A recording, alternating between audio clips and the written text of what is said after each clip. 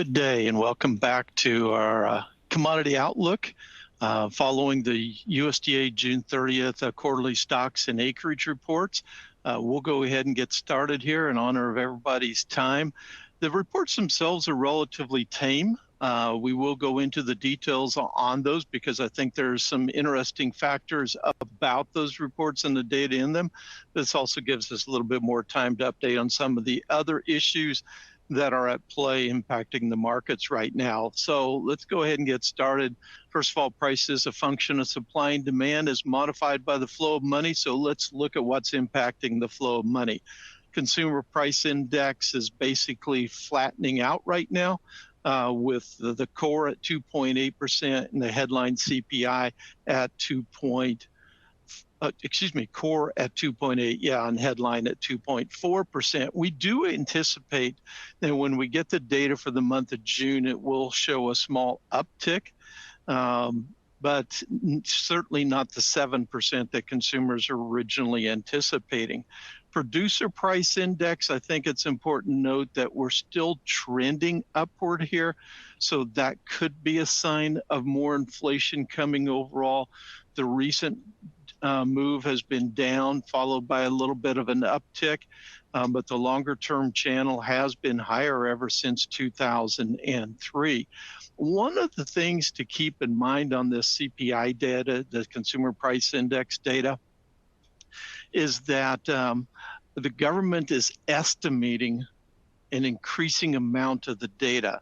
In other words, not getting enough data from the survey, so they're actually computing it and estimating it.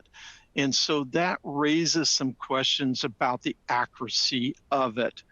It could be too high, it could be too low. I'm not stating that either way. It's just less of it coming directly from the consumer as illustrated by this graphic.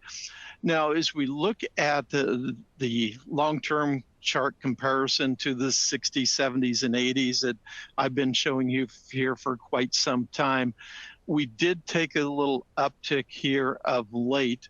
Does that mean that we're getting ready to follow this higher down the road or not? I don't know. My bias has been for almost the last year that we would see a comeback in the CPI in 2025.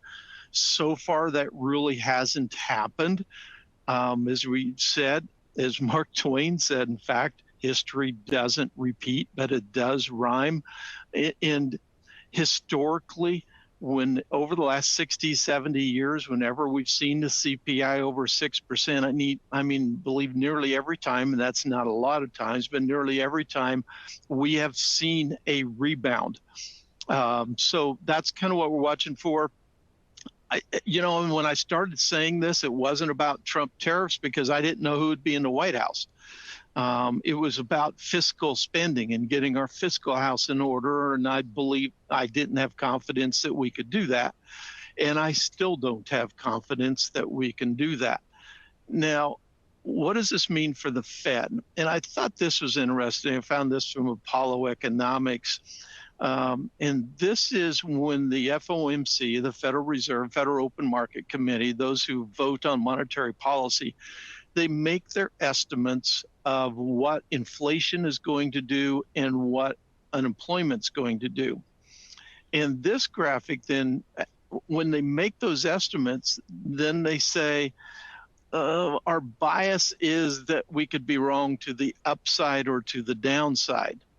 And this shows that over the last several years, their bias on inflation is that it could be even higher than what they're putting down on the survey. They keep saying that they think it's going to go down to 2%, which is the mandate, but they're fearful if they're wrong, it would be to the upside, not to the downside. But keep in mind, look at this over here on the left. When inflation was going up, they were marking that they feared that maybe they were too high and it was going to be lower. And so they were wrong then.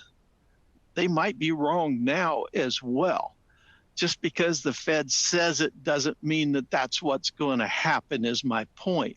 Now, in light of that, let's look at the employment numbers. Again, They are worried about the unemployment numbers coming in higher than what anticipated. But that's generally been their bias all along. They're always kind of worried about it being. Now, if we were at 20% or 15% unemployment, their bias might be the other way. When you're real low for a number of years, like we have been, if you're going to have a bias, it's probably going to be the upside. So that's a little bit different. I guess you can make that argument on inflation, but I still say we're overall pretty low there too. But found that interesting nonetheless. How does this tie to the commodities? Again, you have the StoneX commodity tracker, which is our basket of 27 different commodities, from the grain and oil seeds, livestock, the softs, energy, precious metals, and industrial metals. And we track the value of those. And this is a 10-year graph, just looking at the last 10 years here, versus the 5-year break-even inflation rate. And you can see that the correlation here is 0.86. That's pretty strong. We say in statistics anything above a 0.7 is considered to be a strong correlation. So 0.86 is pretty strong.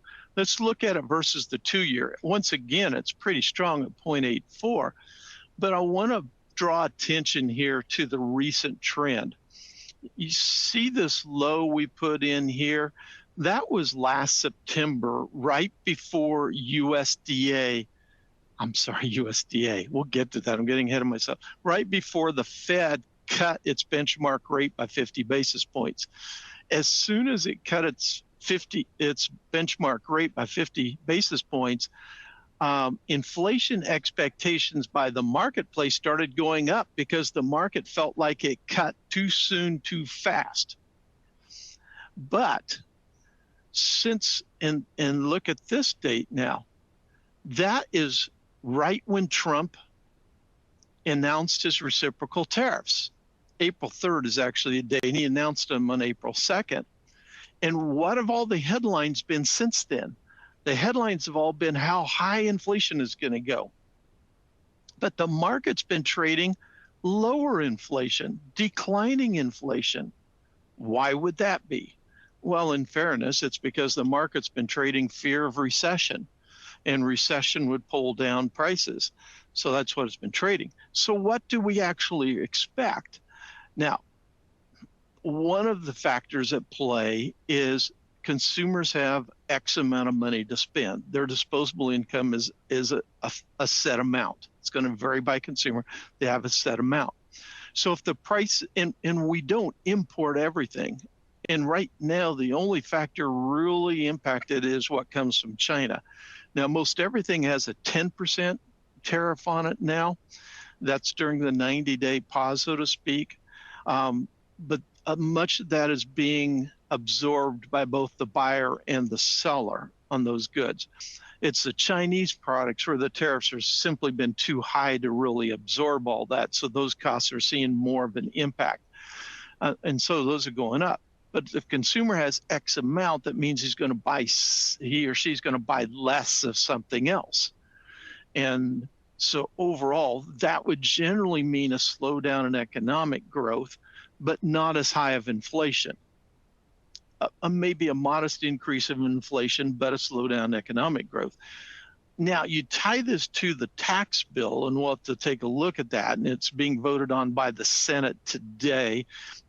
For this purposes, I don't know as I'm talking to you today whether it passes or not, but I would assume the leadership would not bring it to a vote if they did not believe they had at least 51 votes, counting the vice president, to break a tie.